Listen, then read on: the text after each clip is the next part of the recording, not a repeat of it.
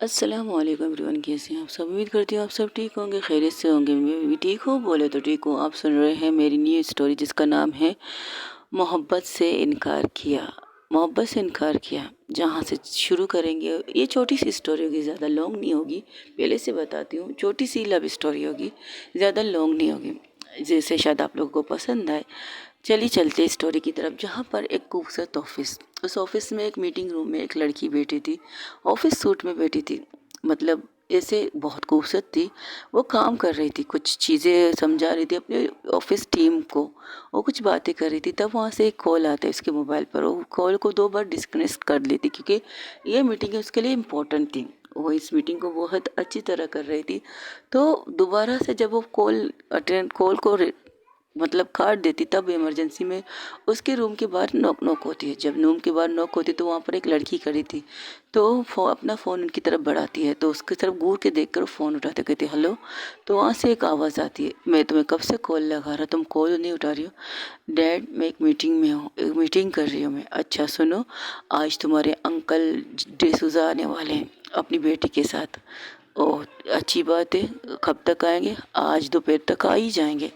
तुम सारे काम करके अगर फारिग हो जाओ तो घर आ जाना, ठीक है। तो ओके का ओके कह देती है, फिर फ़ोन रख देती है। वो उसके फादर थे। वो अपनी माँ डैड की इकलौती बेटी। उसकी मॉम डैड बहुत ही अच्छे, बहुत ही प्यार करने वाले थे। लेकिन मॉम के एक एक्सीडेंट में उनकी मॉम की डेथ हो चुकी थी। वही वो अंकल रॉबर्ट, जो उनके दो पापा के दोस्त थे, बेस्ट फ्रेंड, वो अपनी बेटी के साथ, मतलब अपनी भांजी के साथ आ रही थी। उनके अंकल रॉबर्ट की शादी अभी तक नहीं हुई, वो कवारे थे, या ये कहो एक दो के काके कवारे रह चुके अंकल रॉबर्ट। तो उनकी एक प्यारी सी भतीजी है, जिसे वो अपनी बेटी की तरह ही पालते, बेटी की तरह पाल चुके हैं। और वो लोग आ रहे थे यूएस से यहाँ पर अपने दोस्त के पास, किसी काम से आ रहे थे। हालांकि वो काम उसने अपने दोस्त को बता भी दिया था, लेकिन फिर भी हाँ वो थे यहाँ पे उसकी बेटी की, जो बेटी की यूनि कह सकती है, स्कूल लाइफ वो यहीं पर गुजार चुकी है। मैट्रिक तक यहीं पर थी, फिर कुछ रीज़नों की वजह से उन्हें यहाँ से जाना पड़ा था। तो वो अब आ रहे, तकरीबन 5 साल बाद आ रहे हैं। तो वो लड़की बोर्ड की तरफ कुछ लिखते हुए रुक जाती है, और लिखते लिखते रुक जाती है। उसे वो एक पल याद आता है, जब वो एक जगह पर बैठी थी। तो अंकल रॉबर्ट की बेटी, जो भतीजी थी, वो आई थी इसके पास। उस टाइम उसने मैट्रिक के कपड़े पहने थे। ये कब मैट्रिक ख़त्म होने की खुशी में उसके सारे दोस्तों ने उसकी शर्ट पर बहुत कुछ लिखा था। तो उसके पास आई थी, वो उस वक्त बेटी थी किसी काम से। तो उसके पास आके कहती है हाय। तो उस पल में चली जाती है। तो कहती हाय, कैसी हो? मैं ठीक हूँ, तुम कैसी हो? आई एम फाइन, मैं भी ठीक हूँ। अब वो तुम्हारी शर्ट में इतनी सारी चीज़ें लिखी। हाँ, लास्ट डे था ना, तो हर लोगों ने अपने अपने चीज़ों में कुछ ना कुछ लिखा है। तो मैं आपको एक फ़ैन देती हूँ, आप भी लिख लीजिए। लेकिन मैं तुम्हारी स्टूडेंट नहीं हूँ, मतलब तुम्हारी क्लासमेट नहीं हूँ। आई नो, लेकिन आप मेरे लिए क्या है मैं नहीं आपको बता सकती, लेकिन बताना चाहती हूँ। आपसे प्यार करती हूँ तो बताऊंगी। क्या कहा? कुछ नहीं, मैंने ये कहा, बस आप कुछ लिख दीजिएगा। ओके, और मुझे लिखना क्या चाहिए? जो आपके दिल में है वो लिख लीजिएगा, लेकिन मुझे दिखाई देना चाहिए, वैसे लिख जगह पर लिखिएगा। तो ठीक है। उसके दिल के पास जाती है, उसके दिल को वैसे एक कहती, एक काम कीजिए, इससे पर आई लव यू लिख लीजिए। तो उसे देखने लगती, क्या कहा? I love you? हाँ, आई लव यू की लिख लीजिए ना। अच्छा, इससे क्या होगा? इससे ये होगा कि मुझे ये याद आएगा कि कोई मुझसे प्यार करता है, लेकिन तुम ज़बरदस्ती से मुझे इसे लिखवा रही हो। हाँ, तो क्या होगा? आप ज़बरदस्ती से लिख लीजिएगा, लेकिन अगर आपको लिखना है तो लिख लीजिए ना प्लीज़। अच्छा ठीक है। वो लिखती है दिल, एक छोटा सा दिल बनाती है, उस दिल के अंदर छोटे लफ्ज़ों में लिखती है आई, और व्यू लिखती है। इसका क्या मतलब है? अब इसका मतलब तो यही है, एक दिल है, उस दिल के एक साइड में हाय है और दूसरी तरफ में यू है। तो इसका क्या मतलब? I love you. Wow, unique तरीका लिखा है आपने, थैंक यू।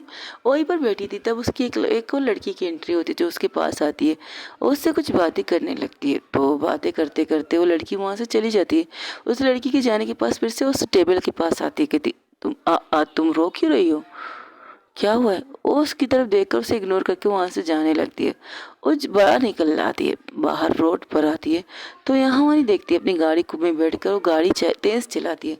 तो उसके पीछे उसकी वो लड़की भी होती है, और जो मैट्रिक की स्टूडेंट थी उसका नाम था सवेरा। सवेरा उसके पीछे जाती है अपने ड्राइवर को लेकर और बहुत ही रोते रोते वो गाड़ी चला रही थी। वो गाड़ी इस तरह फास्ट चला रही थी, एक जगह पर खंबे पर उसकी गाड़ी लगती है, उसका एक्सीडेंट हो जाता है। तो समय समय सवेरा भागते हुए उसकी गाड़ी के पास जाते, उसकी सीट से, ड्राइविंग सीट से उसे निकालते तो देखते उसके माथे से बहुत ज़्यादा खून निकल रहा है।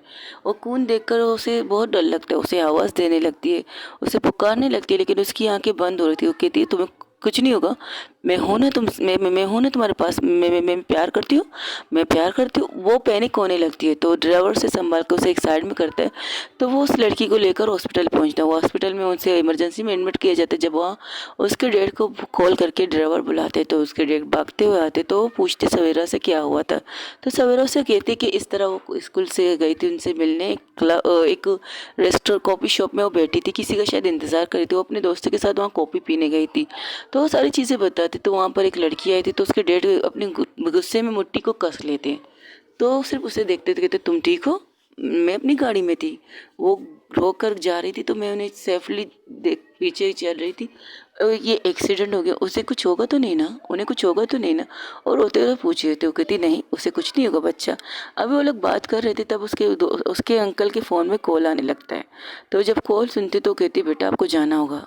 वो कहती हाँ घर नहीं जाना, और पापा यहाँ नहीं है, आपको आपके पापा के पास जाना होगा। क्या मतलब, आपके डैड की तबीयत ठीक नहीं है, उन्हें हॉस्पिटल में एडमिट किया गया है, इसलिए तो आपको इस वक्त यहाँ से जाना होगा। फिर इनकी तबीयत मैं कॉल करके बता दूंगा ना डॉक्टर। तभी वहाँ पर डॉक्टर आते, डॉक्टर कहते हैं ज़्यादा चोट नहीं है, ये बस सर पे थोड़ी सी चोट आई है और थोड़ी सी शायद कुछ चीज़ की टेंशन ली है उन्होंने, अगर आप चाहें तो उससे मिल सकते हैं। तो वो भागते हुए रूम के अंदर जाती है, रूम के अंदर जाके उसके हाथ को पकड़ती है, उसके माथे पर प्यार करके कहती है आप ठीक हो ना, आप क्यों, कुछ हुआ नहीं ना, आप बिल्कुल ठीक हो, देखिए मैं आपको बचा लिया, मैं आपको हर बार बचा दूंगी, आपको कुछ होगा नहीं। आपसे जाते मैं जा रही हूँ पापा के पास, उनकी तबीयत ठीक नहीं है ना, अभी अंकल के पास कॉल आए थे तो मुझे बुला रहे हैं, तो मैं जा रही हूँ, मैं जल्दी वापस आने की कोशिश करूँगी, आप अपना ख्याल रखिएगा और रोज़ मैं आपसे फ़ोन पे बात करूँगी। और हाँ एक और बात कह रही है, आई लव यू, ये कहकर वो भाग के वहाँ से निकल जाती है। ओ तब उसके कंधे, उसके ऑफिस रूम में एक आवाज़ गूंजती मैम ये ओके। तो अपने ध्यान को पूरी तरह से वहाँ से हटाती है। वो 3 लफ्ज़ जो उसने कहे थे वहाँ से जाते हुए वो सोचने लगी थी कि इसने ये क्यों कहा, तो वो बस ये सोच रही थी। फिर अपने काम से काम करने लगती है। वहाँ सुबह से रात तो फिर से दोपहर हो गई थी, अब उसे घर के लिए निकलना था। तो घर आके अपने डैड के पास बैठती है तो पूछती है अंकल रॉबर्ट आ रहे हैं खैरियत। तो कहती है हाँ एक खास चीज़ के लिए आ रहे हैं, और वो चीज़ उसने मुझसे कही है और मैं मान चुका हूँ। क्या चीज़ डैड? अभी वो लोग बातें कर रहे थे तो कहते हैं उसने तुम्हारा हाथ मांगा है सवेरा के लिए। व्हाट यू मीन से? देखो सवेरा, मुझे पता है कि तुम्हें लड़कियों में इंटरेस्ट है, तुम जिस लड़की के ऊपर अपना टाइम वेस्ट करी हो वो लड़की तुम्हें धोखा दे रही है और तुम्हारे साथ भी एक बॉयफ्रेंड पाल रही है। सीरियसली डैड, मैं इस मामले में बात नहीं करना चाहती, बात तो करना पड़ेगा। और वो लोग तुम्हारी शादी के लिए आ रहे हैं, वो यहाँ रहेंगे, तुम्हारी शादी उससे होगी, मैं ये शादी नहीं करूँगी। शायद तुम भूल रहे हो सवेरा, इस कंपनी के जितने शेयर्स तुम्हारे हैं उससे कई ज़्यादा शेयर्स उसके हैं, और मैं अपनी कंपनी के शेयर्स को बर्बाद नहीं होने दे सकती। तो आप अपनी मेरी लाइफ को एक बिज़नेस करना चाहते हैं डैड? हाँ यही सोच लो, तुम्हारी लाइफ को बिजनेस करना चाहता हूँ लेकिन तुम्हारी लाइफ को सेफ भी रखना चाहता हूँ। उस लड़की से तो बिल्कुल सेफ रखना चाहता हूँ जो तुम्हें इस्तेमाल कर रही है और कुछ नहीं। जब भी तुम्हें कॉल करती है तुम बिना सोचे समझे उसके लिए भागते चले जाते हो, फिर बाद में तुम्हें क्या मिलता है? टेंगा, कुछ नहीं। फिर तुम्हें एक्सक्यूज़ करके वो अपने बॉयफ्रेंड का हाथ पकड़ के तुम्हारे सामने से निकल जाती है। डैड मैं इस बारे में बात नहीं करना चाहती, she is my personal matter. Of course तुम्हारी पर्सनल मैटर है, बट मैं तुमसे ये कह सकता हूँ कि मैंने तुम्हारा रिश्ता तय किया है। और सवेरा एक अच्छी लड़की है, वो मुझसे छोटी है, 5 साल छोटी है डैड। हाँ तो क्या हो, तुमसे 5 साल छोटी है लेकिन समझदार है, अच्छी बच्ची है और तुम्हें संभाल लेगी। अच्छा एक बच्ची मुझे संभालेगी? Seriously dad? सीरियसली कह रही है बेटा, वो तुम्हें ही संभालेगी और तुम संभाल पाओगे। आप अपने बिजनेस को बचाने के लिए मुझे मेरी ज़िंदगी दाव पे नहीं लगा सकते, मगर मुझे तुम्हारी ज़िंदगी दाव पे लगानी है तो मैं लगाऊंगा अपने बिजनेस को बचाने के लिए। लेकिन बात बिजनेस की नहीं है, बात तुम्हारी ज़िंदगी की भी है। और मैंने अपने दोस्त से वादा किया है रॉबर्ट से कि उसकी बेटी के साथ तुम्हारी शादी, उसकी बेटी नहीं है, हाँ बेटी नहीं है, एक एक्सीडेंट में उसके अपने भाई और बहन को, अपनी भाई और भाभी को खो दिया था, तब से उसकी बच्ची को संभाल रहे और धोखे से एक मोहब्बत के धोखे में खाकर उसने अपनी ज़िंदगी को पूरी तरह से अपनी बच्ची, अपनी भतीजी के नाम लिख दिया है। क्या ये गलत है? बिल्कुल गलत नहीं है मेरी नज़रों में, लेकिन मैं शादी नहीं करूँगी, तुम ये शादी करोगी। और मैं, अगर तुमने इस शादी से इनकार किया तो याद रखो, मैं अपनी पूरी प्रॉपर्टी से तुम्हारा नाम बेदखल करूँगा, क्योंकि तुम्हारा नाम मेरे नाम से जुड़ा हुआ है, और जब तक मेरा नाम है तो तुम हो। अगर तुम्हें मेरा नाम नहीं मिला, और जिस तरह से तुम इस कंपनी की CEO हो ना, उससे भी इस कंपनी की CEO बनना है।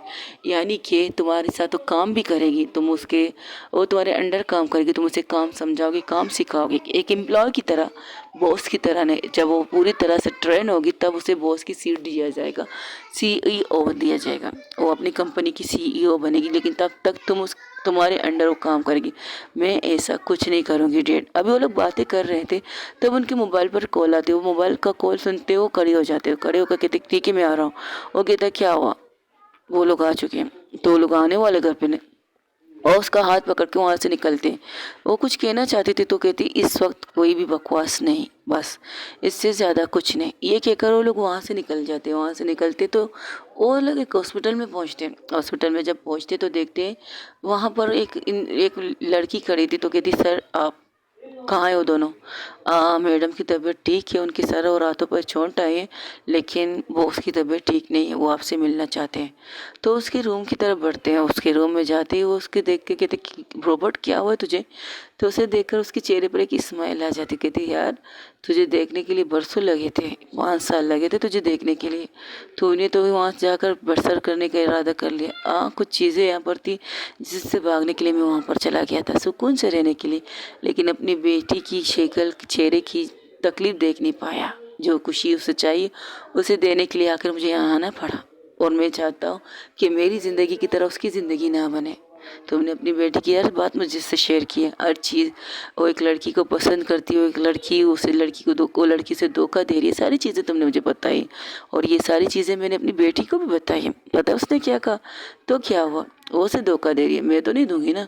मैं उससे प्यार करती हूँ, उससे शादी करना चाहती हूँ, उसके साथ ज़िंदगी के साथ रहना चाहती हूँ, 7 जन्म तक उसके साथ रहना चाहती हूँ। डैड अब बस आप बात कीजिए अंकल से, वो मुझे अपनी बहू बनाने के लिए तैयार है या नहीं? तो फिर मैंने तुमसे बात की और तुम भी राज़ी थे। मैं अपनी बेटी को उस लड़की के जंगल से निकालना चाहता हूँ, बस इस चीज़ के लिए राज़ी हूँ। मेरी बेटी तुम्हारी बेटी से बहुत प्यार करती है, वो वहाँ पर थी लेकिन वहाँ पर थी नहीं। हर वक्त तो तुम्हारी बेटी को कॉल करती है, कभी कभी वो उसके कॉल उठाती, कभी नहीं उठाती। बस एक वादा लेकर तुम्हारे सामने से जाना चाहता हूँ कि मेरे जाने के बाद मेरी बेटी का उसी तरह ख्याल रखोगी जिस तरह मैंने ऐसा न मत के बोल, तू मेरा दोस्त है ना, वो दोस्त हो, तुम पर से बहुत बड़ी जिम्मेदारी छोड़ के जा रहा हूँ। और बहुत अच्छी है, बहुत ज़्यादा समझदार है, वक्त से पहले वो समझदार बन गई, या शायद उसके मोम डैड के जाने के बाद ही वो समझदार बन गई। लेकिन हाँ, वो अच्छी बच्ची, हंसमुख है, हंसती है, खेलती है, वो सबसे अच्छी है। लेकिन तुम्हारी बेटी उसे उससे वैसे ही प्यार दे जैसे वो प्यार दे रही है। मुझे यकीन है वो अपने प्यार से तुम्हारी बेटी को प्यार करने के लिए मजबूर कर देगी, इतना यकीन तो है मुझे। तुम परेशान मत हो, तेरी बेटी की शादी मेरी बेटी से होगी, सवेरा की शादी मैं करवाऊंगा समंता से, तुम टेंशन मत लो। बस यही सुनना चाहता था मैं, अब मेरे पास कोई भी चीज़ नहीं। और हाँ, समंता को कहना मेरी बेटी का बहुत ख्याल रखिए, उसे मैंने पलकों में बिठाया, फूलों में चलना सिखाया है, उसके पैरों पर कभी कांटे लगने नहीं दिए, धूप में चलने नहीं दिए मैंने अपनी बेटी को। उसे हर चीज़ से बचाया, उसे हर उस चीज़ से बचाया जिससे वो डरती है। बाकी तुम संभाल लोगे, इतना यकीन है। ये कहते हुए वो इंसान अपनी आंखें बंद करता है, वो चिल्लाने लगता है, रोबोट रोबोट कहने लगता है। लेकिन रोबोट की सांसें थम जाती तो वो रूम से बाहर निकलता है। जब वो बाहर निकलता है, उसने सारी बातें सुनी थी। हाँ, समंता ने सारी बातें सुनी थी अंकल रॉबर्ट की, लेकिन वो अपनी मुट्ठी कस लेती है। वो अपनी ज़िंदगी को दाव पे नहीं लगा सकती, बिल्कुल भी नहीं लगा सकती। वो रूम जाने लगती है तो उसके डैड कहते तुम कहाँ जा रही हो? तो कहते घर। तुम पागल हो, इस वक्त सवेरा को हमारी ज़रूरत है, खास करके तुम्हारी ज़रूरत है। और तुम घर जाने की बात करें, मैं एक बच्ची की आया नहीं बन सकती, टिकट टेकर नहीं बन सकती, मुझे जाना है। मुझे गुस्सा मत दिलाओ समंता, तुम जहाँ जाना चाहती हो जाओ, लेकिन आज तुम्हें जाने की ज़रूरत नहीं है। फ़िलहाल सवेरा के रूम में जाओ, उसे तुम्हारी ज़रूरत पड़ेगी, बाकी मैं यहाँ सारी चीज़ें देखता हूँ। ये कहकर वो दूसरी तरफ मुँह कर लेता क्योंकि उसकी आँखों में आँसू थी। एक दोस्त को जाने का दुःख, एक सा दोस्त जिसने उसे सब उस टाइम सहारा दिया, जिस टाइम किसी ने उसे सहारा नहीं दिया। अपने बिज़नेस, अपने पैसे तक उसके सामने रख दिए थे। उसे ये कहा था कि तुम्हें जो करना है करो, मुझे कोई इतराज़ नहीं। आज उसने जो चीज़ माँगी है ना, अगर उसकी जान भी माँगता ना तो वो दे देता। उसने उस टाइम पर उसकी मदद की है, तो फिर भी वो अपनी उसकी बेटी की खुशियाँ चाहता है, तो क्यों ना दे। जब समंता रूम में जाती तो देखती सवेरा सोई हुई थी। उसके सर पे पट्टी थी, उसके हाथों में बैंडेज थे और एक हाथ में ड्रिप लगी थी। तो बस एक साइड में बैठ कर सिर्फ उसे देख रही थी। एक मासूम बच्ची की तरह वो सो रही थी, तो उसकी तरफ नज़रें फेर लेती। लेकिन जब उसकी आंखें खुलती तो अपने सामने समंता को देखते हुए एक झटके से उठ के बैठ जाती। ये भी नहीं देखती कि उसे तकलीफ है, दर्द है, कुछ भी नहीं। उसके पास आके कहती, तुम आ गई मुझसे मिलने, मुझे नहीं पता था कि तुम मुझसे मिलने आओगी। तो उससे दूर करती क्योंकि वो उसे हक करने की कोशिश कर रहा था। उसकी कहती, तुम्हारी तबीयत ठीक नहीं। हाँ, मैं ठीक हो जाऊंगी, मुझे कोई प्रॉब्लम नहीं, लेकिन तुम्हें देखकर मैं बिल्कुल ठीक हो गई। पता है अंकल, पापा का है, पापा का है। एक मिनट, पापा भी तुम्हें साथ एक्सीडेंट, पापा का है। समंता, वो पापा, सैम पापा का है। वो सर झुका लेती। सैम, पापा ठीक है ना, उन्हें कुछ हुआ तो नहीं ना, बताओ ना। तब वहाँ पर अंकल आ जाते हैं। अंकल को देखकर तो डर के वो उनके पास आते हैं, तो कहते, कुछ नहीं हुआ है, तुम्हारे पापा ने तुम्हारी जिम्मेदारी मुझे दी है, अब तुम ठीक हो जाओ तो हम कुछ काम करेंगे। पापा का है, पापा का। वो उसे लेकर उस रूम में जाते हो। जैसे अपने डैड को देखती है इस कंडीशन में तो बिल्कुल बेहोश हो जाती है। हाँ, उनसे प्यार बहुत करती है, इतनी मोहब्बत करती है कि उनकी मोहब्बत की, लेकिन बेहोश होने से पहले ही, नीचे गिरने से पहले ही समंता उसे संभाल लेती है। उसे पकड़ के अपने गोद में सर रखती, कहती, उसे आवाज़ देती, सवेरा, सवेरा यू ओके। तो उसके डैड के चेहरे पर की स्माइल आ जाती है। उन्हें पता है उनकी बेटी जो भी है, लेकिन सवेरा को संभाल लेगी या सवेरा उसे संभाल लेगी, इस चीज़ की उसे खुशी थी। तो वो वहाँ से हट जाते बाकी चीज़ें करने के लिए। तकरीबन उसे उस हॉस्पिटल में रात को गुजारना था, 2-3 रातें वो वहाँ हॉस्पिटल में गुजारती है।